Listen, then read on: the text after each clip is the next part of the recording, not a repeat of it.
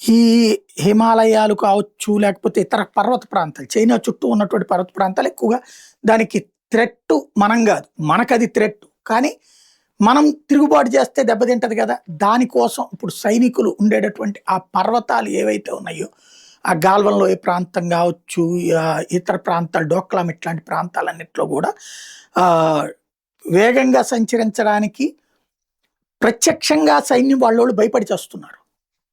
ఈ చైనా సైన్యం భారత్ వాళ్ళని మొదట అప్పట్లో కొట్టింది. గాల్వన్ లోయ దగ్గర మన వాళ్ళని చంపింది.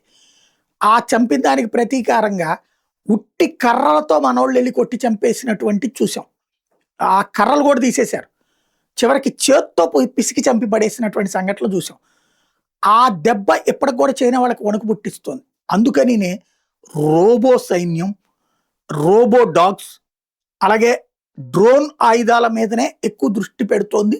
దాన్ని ఎలా ఆపరేట్ చేయాలి పర్వత ప్రాంతాల్లో అన్న దాని మీద పరిశోధనలు ఎక్కువ చేస్తోంది.